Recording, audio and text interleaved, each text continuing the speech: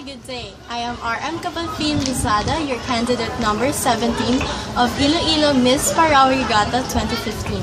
And my advocacy is with regards to the rights and respect to the LGBT people or the lesbian, gay, bisexual, and transgender people. According to the Bible, God created man and woman alone for procreation for of God's image and likeness.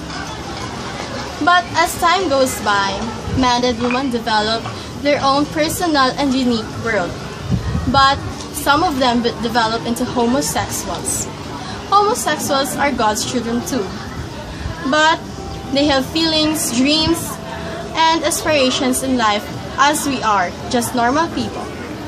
They are capable of instilling moral values and give love to other people. They were also talented, creative, and helpful in our society, like gays.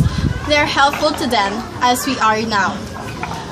They contribute to our society and our country, essential for progress. Without them, our country will not be beautiful as we are.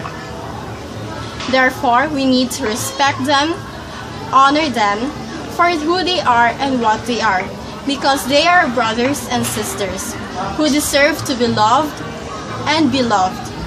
My advocacy as Miss Iloilo Parao Regatta candidate is equality and respect towards other people, especially for